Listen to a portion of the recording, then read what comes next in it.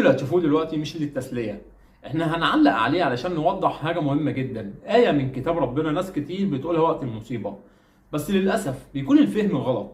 يلا نشوف المشهد ونرجع نفهم سوا المعنى الصحيح للآية.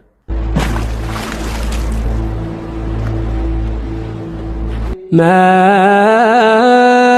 أصاب من مصيبة إلا بإذن الله ومن يؤمن بالله يهد قلبه والله بكل شيء عليم.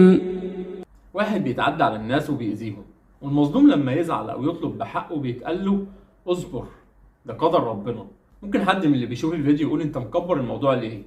بس لازم تعرف ان لما يكون في آية من كلام ربنا بيتم استخدامها غلط او بتتقال في وقت ممكن تسكت بيها مظلوم، يبقى لا، الموضوع كبير.